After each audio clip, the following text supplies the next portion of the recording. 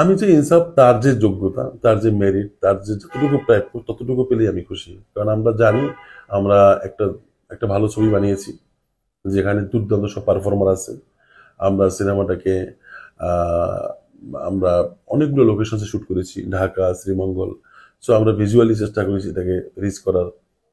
আমাদের টেকনিক্যালি খুব একটা সাউন্ড সিনেমা বানিয়েছি। সো এবং গল্প সে তো আছে, যেটা মূল সিনেমার main pillar, plot line. So সবকিছু মিলিয়ে আমি আশা করি যে সিনেমাটা একটা ভালো সিনেমা।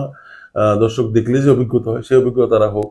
তারা সিনেমাটা দেখে ভালো হলে তারা, বলি যে ভালো হলে তারা একজনকে বলুন, ভালো না হলে 10 জনকে বলবেন। এখন আসলে আমরা আসলে যে জায়গাটা আছি, আমাদের ইন্ডাস্ট্রিগত জায়গা থেকে সবাই সবার পরিপূরক।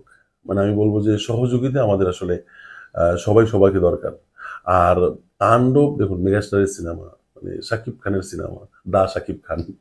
সো সেটা তো একটা উৎসব তৈরি করবে, এবং সেটাই তো আমরা এবং সেটা যখন সিনেমা হলে উৎসব হবে, তখন আমি তো মনে করি সেটা সেটা একটা দারুণ ব্যাপার। আমি আমি একটা লেখায় লিখি যে সিনেমায় উৎসব বা উৎসবে সিনেমা। তো আম, আমি মনে করি যে শুধু তাণ্ডব, ইনসাফ, এবং শুধু তাই না, বাকি সিনেমাগুলোও ভালো করুক, কারণ প্রত্যেকেই তো আসলে সিনেমাটা ভীষণ স্বপ্ন নিয়ে বানায়। তো সবার সিনেমা ভালো যাক, এই যে আগের ঈদে অনেকগুলো সিনেমা ভালো গেল। সো দর্শক সিনেমা দেখুক, যার যার যে সিনেমা পছন্দ সেই সিনেমা দেখুক। দর্শকের কথাই শেষ কথা।